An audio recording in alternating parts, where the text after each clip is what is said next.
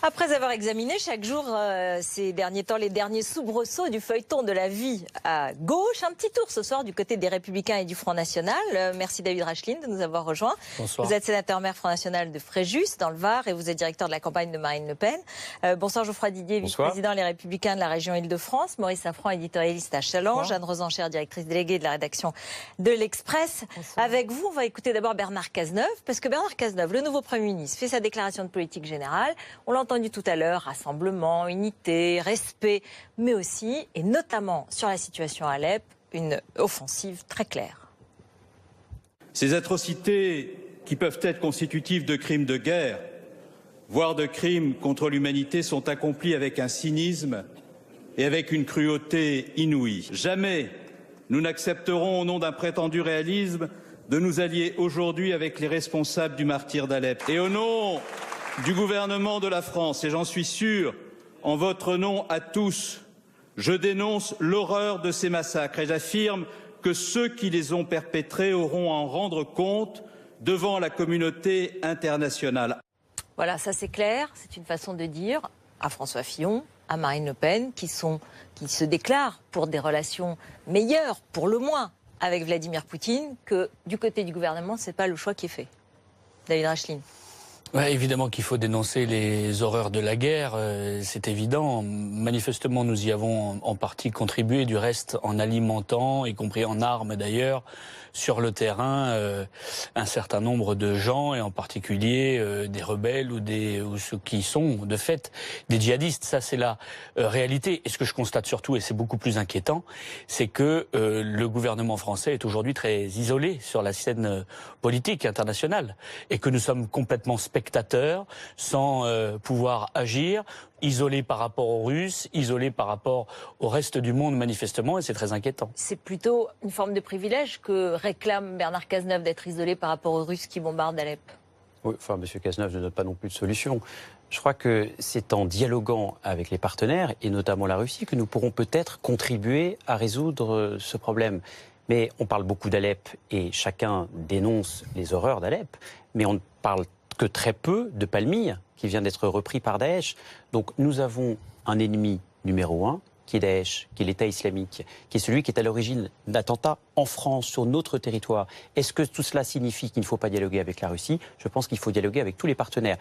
On peut être allié tout en étant très ferme. Oui, pour le moment, on ne dialogue pas avec la Russie. Poutine fait à peu près ce qu'il veut, comme il veut. Il a menti aux Occidentaux. Tout le monde sait, tout le monde voit, tout le monde peut lire qu'il a menti tous les jours depuis des mois et des mois. Ce n'est pas un dialogue, ça. Pour le moment, c'est Poutine qui mène la danse. Alors effectivement, peut-être d'ailleurs que la suite des événements va encore plus aller dans votre sens, M. Rachlin. Effectivement, si François Fillon est élu président de la République, avec le nouveau président américain et Poutine, il y a tout d'un coup une ligne beaucoup plus cohérente qui se crée. Mais ne disons pas que c'est un dialogue avec Poutine pour l'instant. Pour l'instant, Poutine fait absolument... Non, il y en a. C'est un faux dialogue. Poutine fait absolument ce qu'il veut, comme il l'entend. Anne Rosenchère. C'est terrible de parler de ces sujets-là parce qu'il y a bien sûr l'émotion. Le témoignage était très bouleversant. Ce que l'on sait de ce qui nous arrive. Donc il y a le temps de l'émotion. Je pense que le temps de la politique et de la diplomatie est un autre temps.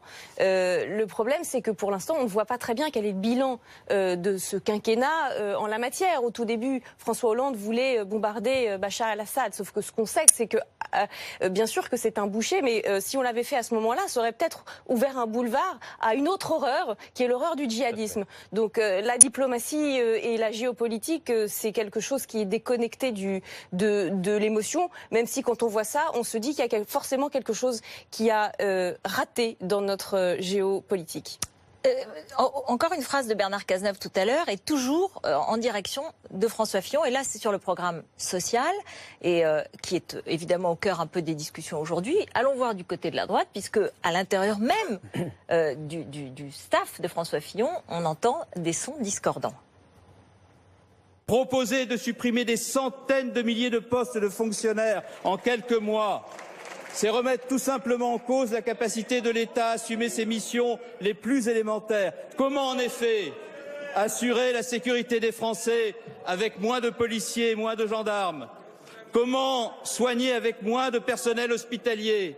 Comment garantir l'égalité des chances avec moins d'enseignants? On peut réformer sans abîmer et on peut moderniser sans détruire. On peut réformer sans abîmer. Apparemment, par exemple, sur la sécurité sociale, les inquiétudes se font très claires. Et M. Cazeneuve se fait le relais de caricatures, de fantasmes et de mensonges qui ont eu lieu depuis l'élection de François Fillon. Y compris au sein même du camp de François Fillon, ces caricatures et ces fantasmes. Il peut y avoir des incompréhensions. Lisez la tribune de François Fillon dans le Figaro. Je pense que les choses sont très claires. Quel est le diagnostic? Le diagnostic, il est simple. Le trou de la Sécu, Hôtel Krief, 160 milliards d'euros. Il y a des Français qui attendent des heures pour les urgences. Il y a des Français qui attendent des mois avant de voir un spécialiste. Il y a des médecins libéraux. Ça, on le sait. Qui croulent. Non, Il faut rappeler ça, on le les sait. choses. On le sait. Il y a des médecins libéraux qui croulent sous la paperasse. Donc le système de santé est en danger. Il y a tous ceux qui proposent de ne rien faire. François Fillon propose de réformer le système de santé. Oui. Ça veut dire quoi? Attendez, je m'explique. Ça veut dire quoi?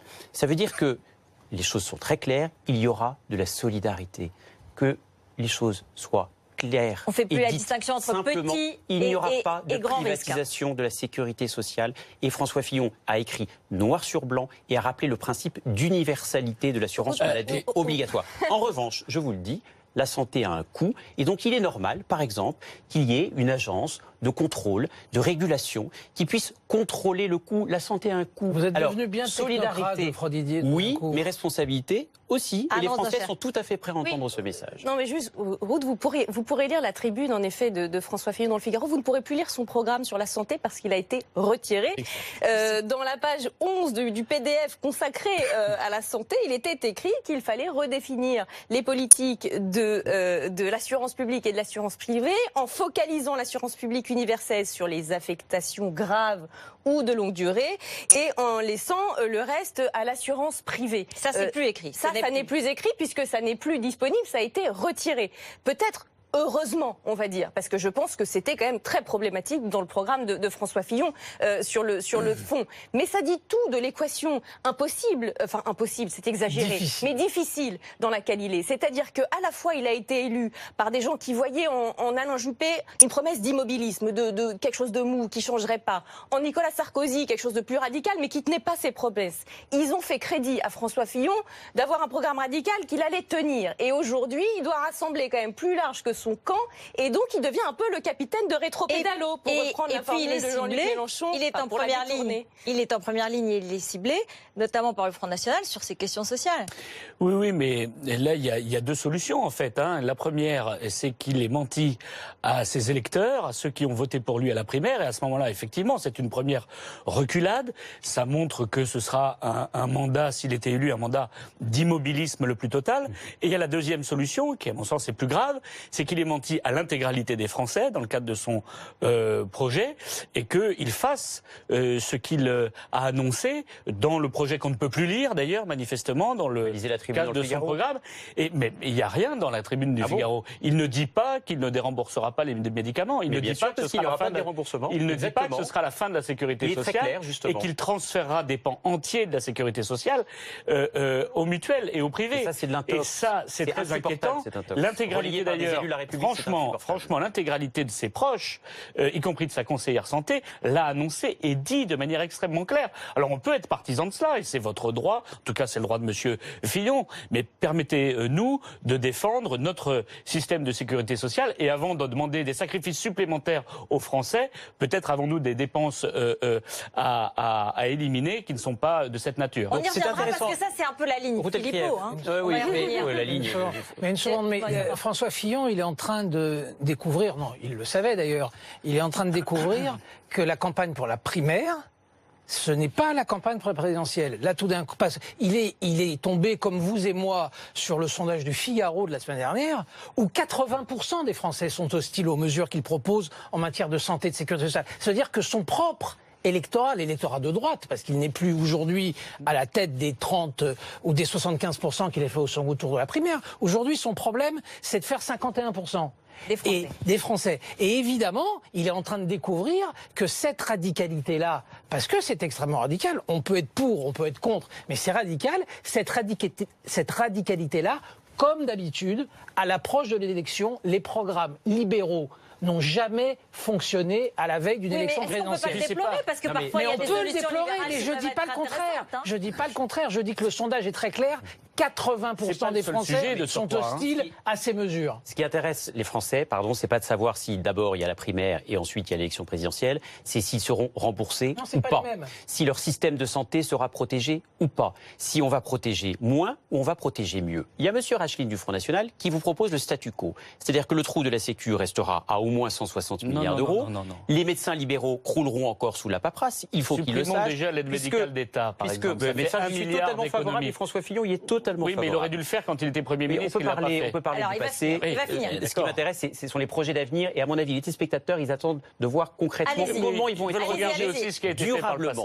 Est-ce qu'il n'y a pas d'abus ?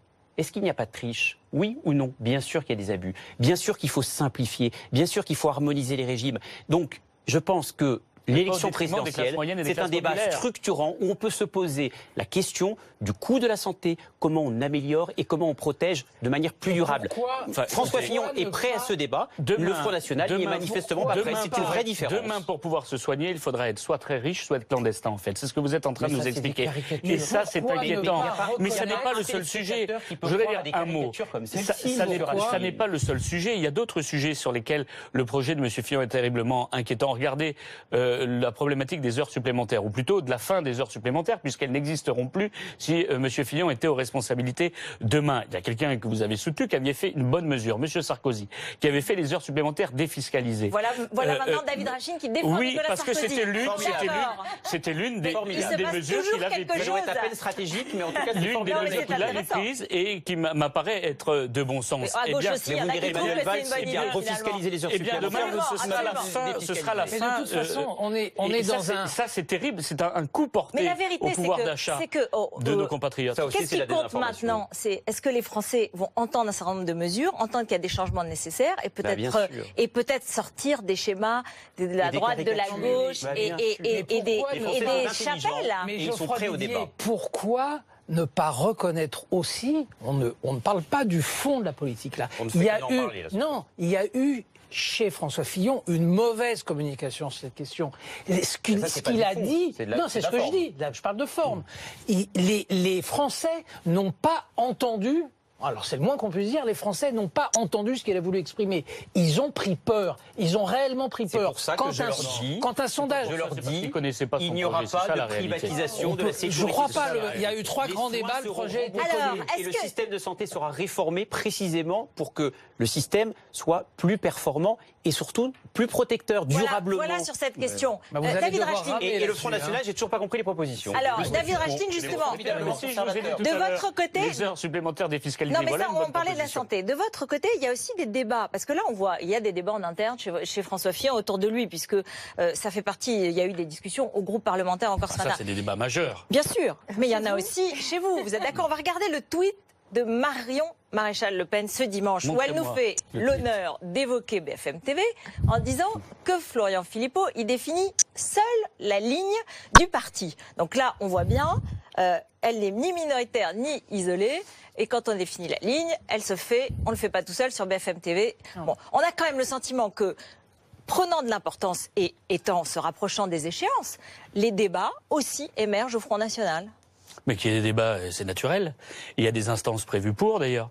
Mais là, c'est pas tout à fait à l'intérieur. Il y a un bureau politique au Front National, il y a un conseil stratégique de campagne que nous animons régulièrement et on a l'habitude de discuter. Et on n'est pas obligé, c'est pas une secte, le Front National, on n'est pas obligé d'être d'accord sur tous les sujets en permanence. Maintenant, c'est vrai que quand une ligne est choisie, quand on en a délimité les périmètres... Sur la question de l'interruption volontaire de grossesse, en l'occurrence. Elle est favorable et elle laisse la loi telle qu'elle est, ce que ne veut pas Marion Maréchal. Tous les candidats à l'élection présidentielle, à un moment donné, pour trancher.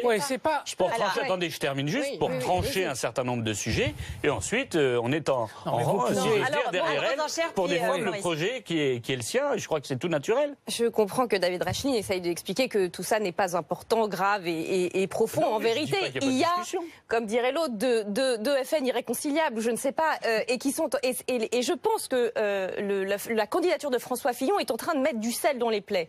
Je vous explique explique. Ce qui s'est passé, en gros, c'est que Florian Philippot, quand il est arrivé au Front National, a fait une espèce de greffe assez improbable de chevènementisme, de social, etc., qui n'était pas du tout, excusez-moi, dans la culture du FN historique, que représente beaucoup plus Marion Maréchal Le Pen. Qui aujourd'hui est très très représentée dans le programme de Marine Le Pen. Mais Marion Maréchal Le Pen répète et redit qu'elle est arrivée en première au Congrès et qu'elle est de 2011 et qu'elle entend ne pas s'expliquer qu'elle est isolée sur des questions comme IVG. Elle est très le gaullisme, le libéralisme, ils sont beaucoup plus libéraux du côté de Marion Maréchal Le Pen. Et c'est vrai que tant que c'était Nicolas Sarkozy le candidat, voire même Juppé qui est aux antipodes de tout ce qu'il pense, c'était facile de garder un FN solide parce que finalement chacun s'y retrouvait à la fin. Maintenant que François Fillon arrive sur des choses qui séduisent un peu plus le FN canal historique, libéral, sur les IVG, etc., eh bien, écoutez, ça pose un problème et on sent que Marion Maréchal Le Pen le vit mal. Une 30 secondes. Il y a tout à fait clairement deux lignes. Il y a aujourd'hui deux lignes qui s'affrontent sur le plan politique, c'est d'ailleurs respectable. Deux lignes qui, sur le cas de François Fillon, n'ont pas du tout la même analyse. Vous considérez que c'est le meilleur candidat possible. Marion Maréchal Le Pen considère que c'est le candidat le plus dangereux pour le Front National. Donc là, il y a un vrai désaccord. Un mot, Geoffroy Didier. C'est très intéressant. Sur la manière de régler nos problèmes de sensibilité, à droite, on le fait à visage découvert, devant 4 millions de votants. Et là, on nous parle de bureau politique, de conseil stratégique, et tout cela se fait, on attend la fumée blanche, et on ne sait toujours pas quel est le programme, notamment social, de Marine Le Pen. Le mot de la fin, David Rachid, le mot de la fin. Pardon, apparemment, ça n'a rien réglé, parce qu'il y a au moins 3 candidats LR, il y a M. Guénaud, Mme Alliot-Marie et M. Fillon. Alors ne dites pas que tout est réglé. Non, je crois qu'il y a une seule candidate, et c'est elle qui fixe le cap. Mais si, tout le monde a Merci beaucoup, merci. Il y en aura beaucoup d'autres, des débats d'ici la présidentielle. Merci à vous d'avoir été avec nous.